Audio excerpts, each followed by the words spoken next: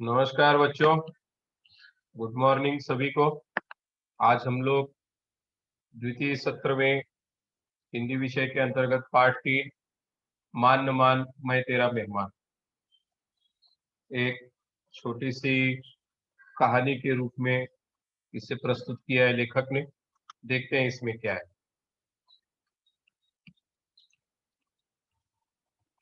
लेखक का परिचय।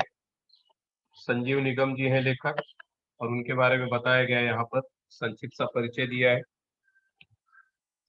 संजीव निगम कविता, कहानी, व्यंग्य नाटक आदि विधाओं में सक्रिय लेखन कर रहे हैं। आप प्रभावशाली वक्ता और कुशल मंच संचालक हैं।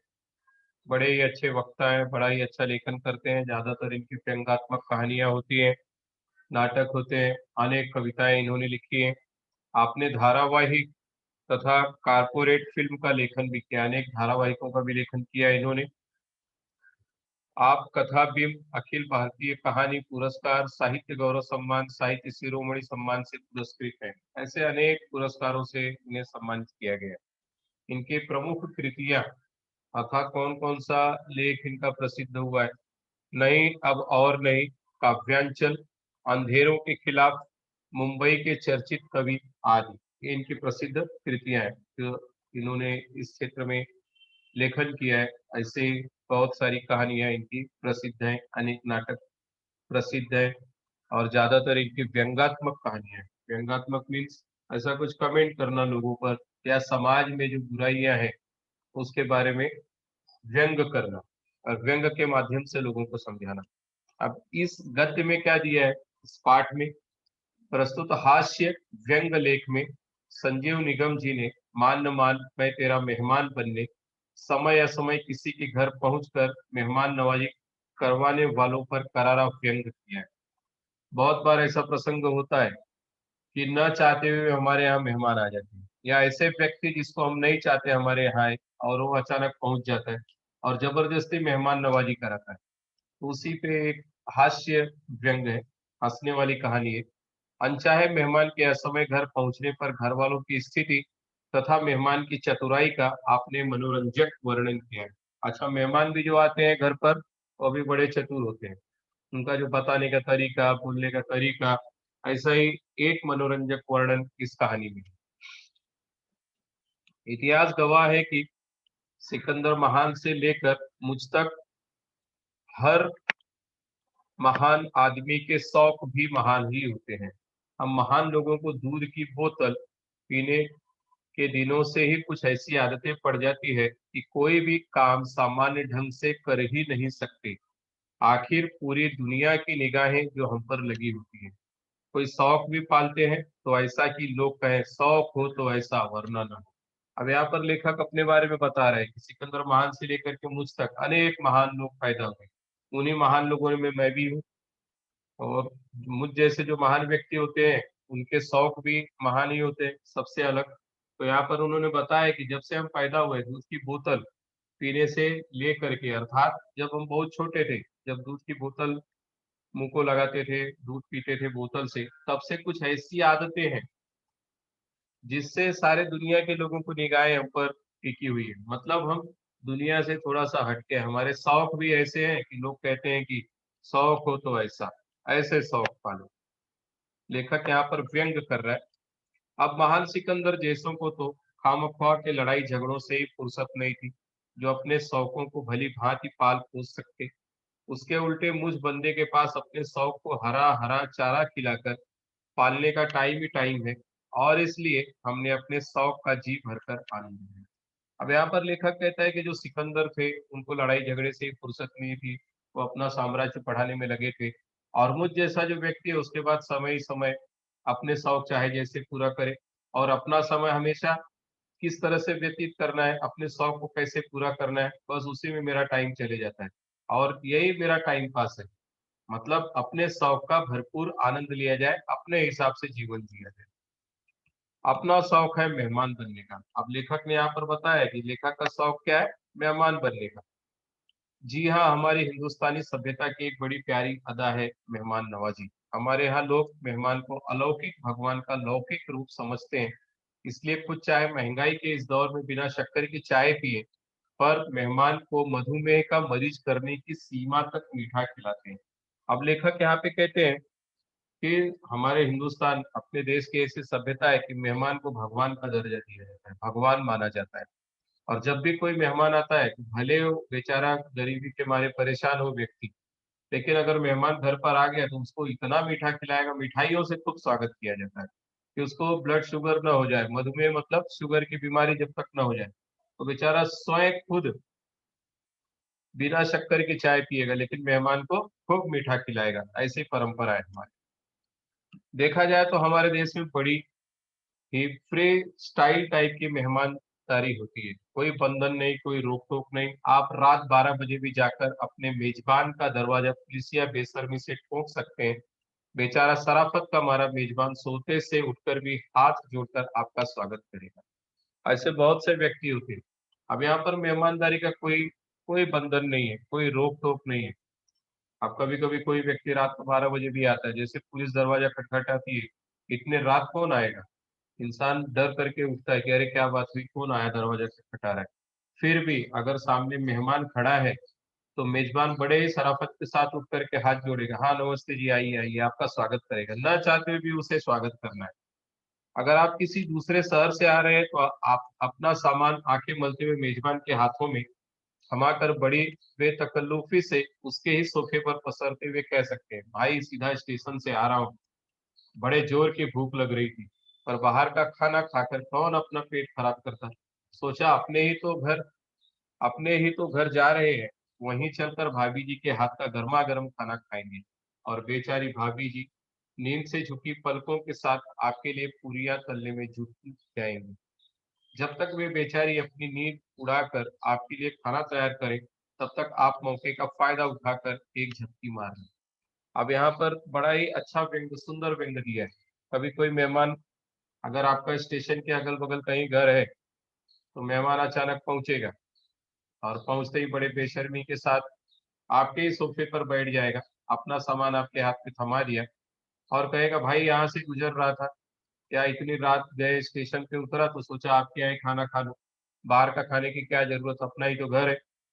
तो भाभी जी के हाथ का गर्मा गर्म खाने की इच्छा है मेरी। और भाभी जी जैसे ही उठ करके पलकें अपनी आंखें मलते हुए पहुंची, बेचारी वो भी स्वागत करती है और उसके बाद फिर गर्मा गर्म पूरियां बना करके मेहमान के लिए तैयारी करना, भोजन की तैयारी करने में जुट जाती है। और जब तक घर के लोग बेचारे उस मेहमान की सेवा में लगे हैं, तब तक मेहमान जो आया है वो आराम से सोफे पर बैठ करके एक झपकी ले लेगा।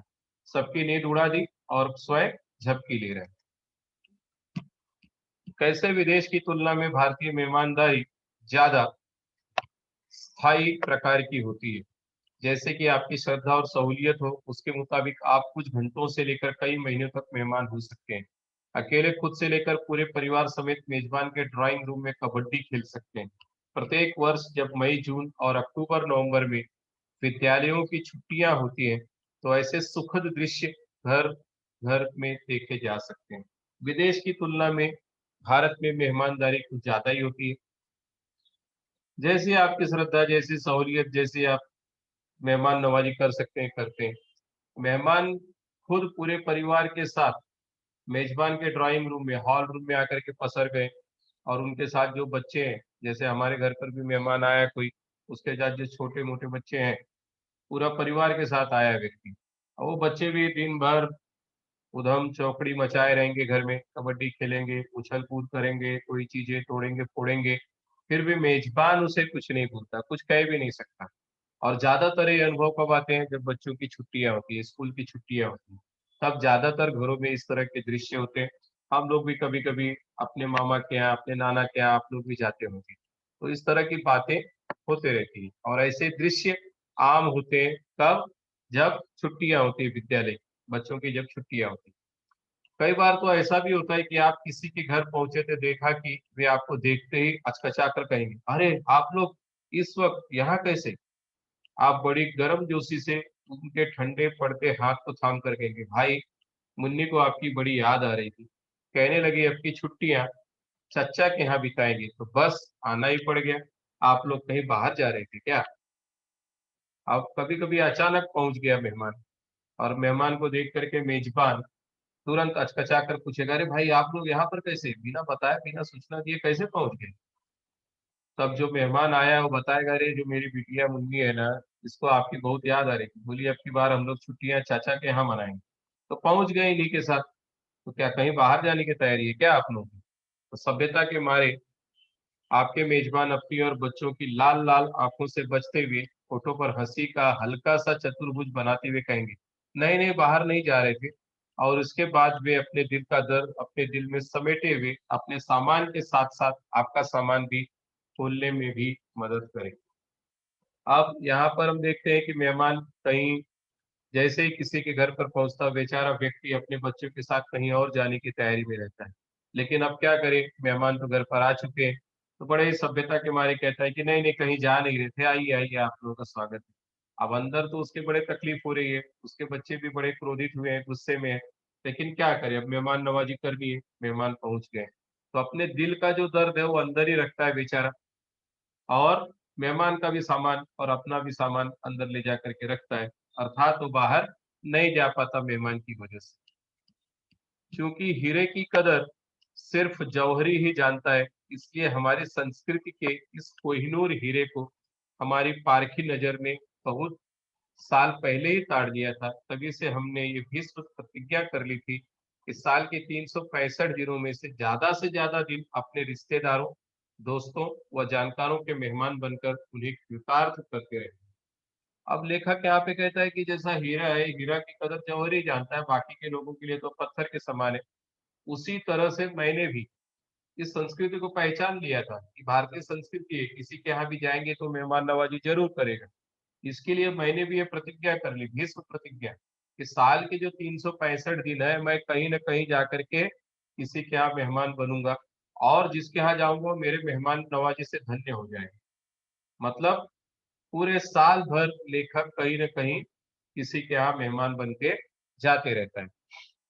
हमें एक बात अच्छी है कि हमारे माता पिता दोनों की तरफ का कुनबा काफी लंबा चौड़ा है। शादी के बाद उसमें पत्नी के कुनबे का भी समावेश हो गया। इसके अलावा कई चलते फिरते जानकार भी है। आपकी दुआ से बंदे ने उन्हें भी अपनी मेहमानदारी से नवाज रखा है। अब लेखक यहाँ पे कहता है कि मेरे माता पिता के जो रिश्तेदार है बहुत सारे, मतलब मामा मामी नाना नानी, फिर उनके रिश्तेदार, फिर उनके रिश्तेदार, इस तरह से। और शादी के बाद तो लेखक की पत्नी और लेखक की पत्नी के बाद बाकी के जो उनके रिलेटिव्स हैं, रिश्तेदार हैं, तो बहुत सारे लोग हैं। और उसके साथ साथ बहुत सारे जान पहचान के लोग भी हैं। तो हर पूरे साल भर कहीं न कहीं मुझे जाने का मौका मिल ही जाता है। इसके लिए मैं सबको खुश करते रहता हूँ। सबके यहाँ पहुँच जाता हूँ, लोग मेहमान नवाजी में व्यस्त हो जाते हैं, फिर 2-4 दिन रहा, फिर किसी और के यहाँ गया।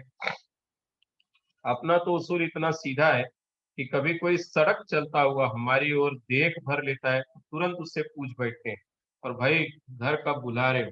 अब लेखक कहता है कि भाई अगर कोई परिचित आते जाते रास्ते से अगर उससे नजर भी मिल गई, परिचय हो भी गया, तो मैं तुरंत उससे पूछ बैठता हूँ, भैया घर पे कब बुला रहे हो, चाय वाय कब पिलाओगे? तो इसी बेतकल्लुफी के चलते कई बार हम बिना जान पहचान के लोगों के डाइनिंग टेबल की शोभा बढ़ा चुके हैं।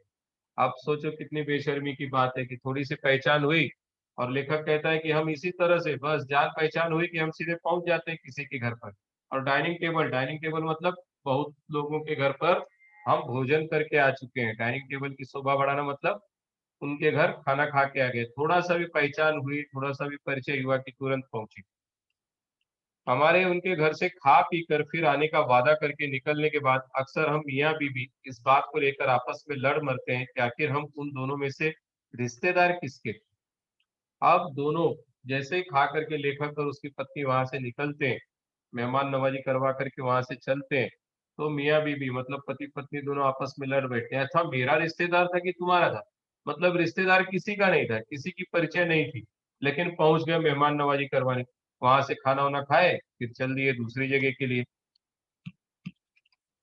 फिर वैसे सच पूछा जाए तो मेहमान बनना एक ऐसी कला है जिसका विकास अभी पूरी तरह से नहीं हो पाया। अब यही देखिए, जब कभी किसी उच्च कोटि के मेहमान का उदाहरण देना होता है तो मुझे अपना ही नाम लेना पड़ता है। आज के इस कठिन आर्थिक युग में यह काम भी कठिन होता जा रहा है। कितने दांव पेच लड़ाने पड़ते हैं मेहमान बनने के लिए। अब लेखक कहता है कि कितना दांव पेच, किसी के यहाँ मेहमान, तो कुछ तो वजह होनी चाहिए, कुछ कारण होना चाहिए वहां जाने का। अब सबसे अच्छा अगर कोई मेहमान बोले इस कला में, तो मुझे मेरा ही उदाहरण देना पड़ता है कि मैं ही एक बहुत अच्छा मेहमान हूँ। तो दांव पेच का मतलब क्या, किसी के यहाँ जाएंगे तो वजह तो पूछेगा, भैया कैसे आना हुआ बताइए, आइए आइए, स्वागत करेगा लेकिन वजह जरूर पूछेगा। तो वैसे ही लेखक भी अनेक बहाने बनाते रहता है। जैसे कभी किसी ऐसे दोस्त के घर जाना पड़ जाए जहाँ खाना मिलने की उम्मीद ना हो, तो सीधे घर की मालकिन पर ब्रह्मास्त्र चलाना पड़ता है। यानी कि स्थिति कुछ यूं होती है कि हम दोस्त के घर पहुंचे, उसने तुरंत मातमी सूरत बनाकर पूछा, फिर कैसे आना हुआ। अब लेखक कहता है कि बहुत से दोस्त जो मुझसे ऊब चुके हैं, या ऐसे अनेक दोस्त हैं जो मुझे नहीं चाहते कि मैं उनके यहाँ पहुंचूं। जब अचानक पहुंच जाता हूँ तो क्या करता है, घर की मालकिन, घर की मालकिन कौन है, जो भी महिला है, उस दोस्त की पत्नी है, उस पर ब्रह्मास्त्र चलाना। ब्रह्मास्त्र मतलब ऐसा कुछ कहना है कि पत्नी खुश हो जाए और तुरंत मेहमान नवाजी में जुट जाए। दोस्त पूछता है, अरे एकदम रोनी से सूरत बना करके, अरे भैया आप फिर वापस कैसे आ गए, आप ही तो गए थे कुछ दिन पहले। तो जवाब में हमने तुरंत दूसरे कमरे में बैठी मन ही मन हमें कोसती हुई उनकी श्रीमती को लक्ष्य करके कहा, बस क्या बताएं यार, उस दिन भाभी जी के हाथ का लाजवाब खाना क्या खाया कि अब किसी और के खाने में स्वाद ही नहीं आता है। अब वो जो दोस्त के यहाँ गए हैं, दोस्त की पत्नी बेचारी घर में एक कमरे में बैठी है कोने में, सोचती पता नहीं कहाँ से फिर आ गया, अभी 4 दिन रह के गया है, मन ही मन कोस रही है। तभी लेखक ने अपना पासा फेंका, कहता, अरे जो भाभी जी ने भोजन खिला दिया है, अब ऐसा भोजन कहीं मिलता ही नहीं, इतना लाजवाब खाना खिलाया, कई जगह देखा मैंने, लेकिन इस तरह का भोजन, ऐसा स्वाद मिला ही नहीं आज तक, इतना बढ़िया भाभी जी ने खाना बनाया था। ससुरे 5 स्टार होटल के शेफ भी भाभी जी के हाथ के जादू के आगे पानी भरते हैं। बस हो गया किला फतेह, बस जीत हो गई, जैसे इतना कहा भाभी जी एकदम प्रसन्न कि मेरी इतनी तारीफ कर दी, मेरे खाने की इतनी तारीफ कर दी। लेखक ने कहा, अरे ससुरे 5 स्टार होटल वाले भी इतना अच्छा खाना नहीं बनाते जितना अच्छा आप भाभी जी बनाती हैं, बस ये ऐसा जादू है उनके हाथ में कि क्या बताएं। तो तुरंत अब हमारा प्यारा दोस्त भले ही हमें घर से धक्के देकर निकालना चाहता हो, प्यारी भाभी जी अपने इस कदरदान देवर को भूखा थोड़े ही जाने देंगे। अब भले दोस्त न चाहता हो कि उनको वहां पे रखा जाए, लेकिन जो भाभी जी है वो जाने नहीं देंगी, नहीं नहीं आइए देवर जी, आइए खाइए खाइए, बड़ा आपको अच्छा लगा मेरे हाथ का खाना, आइए बैठ के खाइए। शादी होने के बाद से हम बच्चों के विद्यालय की छुट्टियों के दिनों वाली थोड़े स्थायी प्रकार की मेहमानदारी विधा के विकास की ओर भी काफी ध्यान दिया है। ऐसी मेहमानदारी की फसल उगाने के लिए ससुराल की धरती काफी उपजाऊ रहती है। ससुराल पर धावा बोलते समय बच्चों का बड़ा सहारा रहता है। जितने ज्यादा बच्चे होंगे उतनी ही ज्यादा बार हमला करने की सुविधा रहेगी। अब यहाँ पर लेखक कहता है कि जब शादी हो गई, ससुराल जाने का एक बड़ा अच्छा बहाना हमारे बच्चे हैं, ऐसे तो जाएंगे नहीं बार बार, तो जितने ज्यादा बच्चे होंगे उतने ज्यादा बहाने होंगे, तो उतनी ज्यादा सुविधा होगी। जैसे अब यहाँ पर उदाहरण दिया है, एक साल टुन्नू को अपने नाना की याद आएगी, तो दूसरे साल टिन्नी को। अब पहले साल लड़के ने बोला कि नाना की याद आ रही, ऐसा कुछ होता नहीं है, लेकिन लेखक यहाँ पर व्यंग कर रहा है। लेखक कहता है कि कुछ न कुछ तो बहाना बनाना पड़ेगा। तो जैसे ही ससुराल में पहुंचेगा वैसे ही कहेगा, अरे टुन्नू को नाना की बहुत याद आ रही थी, इसकी आ गया। अब दूसरे साल के लिए नया बहाना क्या होगा, इस साल टिन्नी को याद आ रही थी, अब तीसरे साल मुन्नी को, और एक क्रम इसी प्रकार चलता रहेगा। पिछली बार तो ऊपरी बच्चों का नंबर खत्म होने पर मुझे अपने 6 महीने के बच्चे का सहारा लेकर कहना पड़ा, इस बार मेरी बुआ जी बुला रही थी, पर क्या बताऊं, इस छुटके को अपने नाना नानी की इतनी याद आ रही थी कि मजबूरन यहाँ आना पड़ गया। अब यहाँ पर लेखक कहता है कि अब सारे बहाने खत्म हो गए, सारे बच्चों का नंबर खत्म हो गया, तो अब क्या करें। तो अपने 6 महीने के बच्चे का बहाना लेकर के कहता है, इस बार तो मेरी बुआ जी बहुत बुला रही थी लेकिन मैं नहीं गया, ये जो बच्चा है ना इसको आपकी बहुत याद आ रही थी, नाना जी की बहुत याद आ रही थी, इसलिए मजबूरन मुझे यहाँ पर आना पड़ा। एक शातिर को बेटी देकर फंस गए ससुराल वालों के सामने इस कुतर्क को मानने की सिवाय चारा ही क्या था। अब लेखक अपने आप को शातिर कहता है, बहानेबाज कहता है, कहता है कि मुझ जैसे व्यक्ति से छुटकारा पाना ससुराल वालों के लिए बड़ा कठिन है। अब ससुराल वाले बेचारे करेंगे भी क्या, बेटी की शादी करके फंस गए, अब मेहमान नवाजी तो करनी है, क्योंकि जैसे ही ससुराल में कोई व्यक्ति जाता है तो उसका तिरस्कार नहीं किया जा सकता, तो भले वो साल में 4 बार पहुंचे। तो यहाँ पर लेखक खुद को कहता है कि कितना कुतर्क इस कुतर्क को, मतलब मैं जो भी बहाने करता हूँ उसको मानने के सिवा मेरे ससुराल वालों के पास कोई चारा ही नहीं है। उनको मेरी बात माननी पड़ेगी और मेरी मेहमान नवाजी खातिरदारी करनी होगी। ससुराल संबंधी दूसरी रिश्तेदारियों में हमारे कुशल निर्देशन में श्रीमती जी भी जबरदस्त भूमिका निभाती है। अपने शिकार के घर पहुंचते ही अपनी चाची, मौसी या मामी से निपट जाएंगी और बड़े भावुक स्वर में कहेंगी, मुझ जब से मुझी शादी हुई है, आपसे सही ढंग से मिलने तक को तरस गई। अब यहाँ पे लेखक कहता है कि मेरी पत्नी भी मेरी तरह सातिर हो चुकी है। अब वो भी अनेक बहाने बनाने में एक्सपर्ट हुई। जैसे ही पहुंचती है वैसे ही चाची, मौसी, मामी किसी से भी निपट जाएगी जिसके यहाँ पहुंचेगी, और कहेगी जब से शादी हुई फुर्सत ही नहीं मिली, कभी तुमसे अच्छे से मिल ही नहीं सकती, और सही ढंग से मिलने का कभी समय नहीं, तरस गई मैं।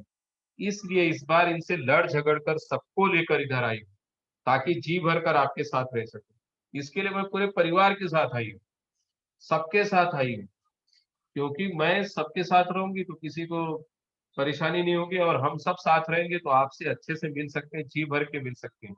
और वे बेचारियां जब तक अपनी इस भतीजी या भांजी के प्रेम प्रदर्शन के इस अप्रत्याशित हमले से बाहर आती है, तब तक हम अपने सूटकेसों को उनके घर में जमा कर अपनी दीर्घकालिक उपस्थिति के स्पष्ट संकेत उन्हें दे देते हैं। जब तक कि भतीजी या भांजी का प्रेम प्रदर्शन चलते रहेगा, प्रत्याशित हमला मतलब अचानक किया गया हमला है, अचानक पहुंच गए किसी के यहाँ, उन्होंने सोचा भी नहीं था कि इतना प्रेम से सब मिलेंगे, तब तक हम लोग क्या करेंगे, लेखक और उनका परिवार वहां पर अपना सूटकेस रख करके उस घर में दीर्घकालिक लंबे समय के लिए उपस्थित हो चुका है, दाखिल हो चुका है उस घर में, अब कई दिनों तक रहेगा। अपनी मेहमानदारी विशेषज्ञता से हमने अपने नाते रिश्तेदारों को इतना लाभान्वित किया है कि उनमें से कई के बच्चे बड़े बड़े कारपोरेट हाउसेस में गेस्ट रिलेशन ऑफिसर बन गए, और कुछ लोगों ने बिना कोई कैटरिंग डिप्लोमा पास किए अपने खुद के रेस्टोरेंट खोल लिए। अब लेखक कहता है कि हम लोग जहाँ पहुंचते वहां वहां के लोग बेचारे इतनी खातिरदारी उनको करनी पड़ती है कि उनके बच्चे बड़े बड़े कारपोरेट ऑफिस में, गेस्ट हाउस में रिलेशन ऑफिसर स्वागत करने के लिए, आइए आइए, जैसे गेस्ट गेस्ट जो भी आता है उसको रिसीव करने के लिए, उसको लेने के लिए जो गेस्ट ऑफिसर होते हैं वह बन गए। और कुछ तो बिना डिप्लोमा, बिना पढ़ाई लिखाई किए, होटल मैनेजमेंट किए, खुद के रेस्टोरेंट खोल लिए, इस तरह से एक्सपर्ट हो गए हो। अपने मेहमानदारी विशेषज्ञता से हमने अपने नाते रिश्तेदारों को, और बताया यहाँ पर कि कुछ लोगों ने अपना, मतलब इतना एक्सपर्ट हो गए वो लोग खाना बनाने में, इतना निपुण हो गए किसी भी मेहमान के खातिरदारी करने में, कि वो अच्छे अच्छे होटल में चले गए, काम पे लग गए। अपना तो छोटा सा देशभक्तिपूर्ण प्रयास यही है कि एक दिन Guinness book of world records में यह छपे कि दुनिया में सबसे अधिक मेहमान बनने का रिकॉर्ड भारत के इस लाडले सपूत ने स्थापित किया है। अब यहाँ पर भी एक व्यंग किया लेखक ने, वह कहता है कि पूरे दुनिया में Guinness book of world record में मेरा नाम आए, और नाम किस लिए है कि मैं सबसे ज्यादा दिनों तक लोगों के घरों पर मेहमान बना। मतलब लेखक चाहता है कि वो हर दिन कहीं ना कहीं रहे और एक अच्छा रिकॉर्ड बने, मेहमान बनने का रिकॉर्ड। अगर मेरे संबंधी, दोस्त और जानकार थोड़ा सा धैर्य रखें तो यह काम भी मुश्किल नहीं होगा। अब लेखक कहता है कि लोग अगर धैर्य रखें, मैं जिसके यहाँ भी जाता हूँ मुझे ज्यादा से ज्यादा दिनों तक मेहमान बना करके रखें, तो ये रिकॉर्ड भी एक दिन टूट जाएगा। उनका हौसला बढ़ाने के लिए मैं अक्सर उन्हें शेर सुनाता रहता हूँ, शुक्र कर उस खुदा का और मुझ मेहमान का, तेरा खाना खा रहा हूँ तेरे दस्तरखान पर। अब यहाँ पर भी अपनी बड़प्पन, अपना बड़ाई कर रहा है लेखक, कहता है कि शुक्र कर उस खुदा का, उस ऊपर वाले का शुक्र करके मैं तेरे यहाँ मेहमान बन करके आया हूँ और तेरा खाना खा रहा हूँ तेरे घर पर। तो इस तरह से लेखक जबरदस्ती किसी के यहाँ भी मेहमान बन करके जाता है, वहां पर टिका रहता है, न चाहते हुए भी पड़ा रहता है। अब शब्द वाटिका दिए, खामख्वा, बेकार में, बिना वजह, शातिर, परम धूर्त, चालाक, मेजबान, मेहमानदारी, आतिथ्य करने वाला, कुतर्क, बुरा तर्क, बेढंगी दलीलें जो देता है, बहाने अलग अलग तरह के, बेतकल्लुफी, बेधड़क, निसंकोच, बिना किसी तकल्लुफ के। दस्तरखान, भोजन की थाली के नीचे रखा जाने वाला कपड़ा, दस्तरखान कहते हैं किसी मेहमान के आने पर जो टॉवेल वगैरह या चादर बिछाया जाता है, दस्तरखान कहते हैं, उसके ऊपर फिर थाली रखी जाती है भोजन की, तो हो गया दस्तरखान। अब यहाँ पर संजाल पूर्ण करो। लेखक के बच्चों के नाम टिन्नू, टुन्नी, मुन्नी, ऐसे जो नाम है वो पाठ्य पुस्तक फिर से पढ़ोगे या इस कहानी को फिर से देखोगे तो लिख सकते हो। फिर शादी के बाद उसमें पत्नी के कुनबे का समावेश हो जाता है। कनुबे कुनुबे गलत है, कुनबे शब्द आएगा। शोक शौक शैक तो ऐसा वरना न हो, शौक हो तो ऐसा वरना न हो, तो जो सही विकल्प है उसको छोड़ करके बाकी को कट कर देना है। या शौक हो तो ऐसा वरना न हो, तो जो सही विकल्प है वो लेकर के इस वाक्य को फिर से लिखना है। टिप्पणी लिखो, छुट्टियों में घर घर दिखाई देने वाला दृश्य। अब यहाँ पर हम लोगों ने पढ़ा कि छुट्टियों में कौन सा दृश्य घर घर दिखाई देता है, कि किसी के यहाँ कोई ना कोई मेहमान बन करके आ गए। और कई बार तो ऐसा होता है कि मैं पहले पहुंच जाऊं, नहीं तो वो मेरे घर मेहमान आ जाएंगे। तो इस तरह के अनेक दृश्य दिखाई देते हैं कि घर घर अपने परिवार के साथ कोई न कोई मेहमान आ गया है छोटे बच्चों के साथ, और घर में फिर उधम मचा रहे हैं बच्चे, मनचाहे ढंग से खेल रहे हैं कूद रहे हैं। और जब तक नहीं जाएंगे तब तक मेजबान जो है वह परेशान हो जाता है। भारतीय मेहमानदारी कैसी है, भगवान मानते हैं कोई भी मेहमान वक्त बेवक्त चाहे जब आए उसका स्वागत करना है। अगर भूखा आया है तो उसके लिए तुरंत, भले रात के 12 बजे आए तो भी उसके लिए भोजन की व्यवस्था करनी है, उसके रहने की व्यवस्था करनी है। अपनी नींद खराब करके हर तरह से जो सेवा कर सकते हैं वह सेवा करनी है। धन्यवाद बच्चों, थैंक यू।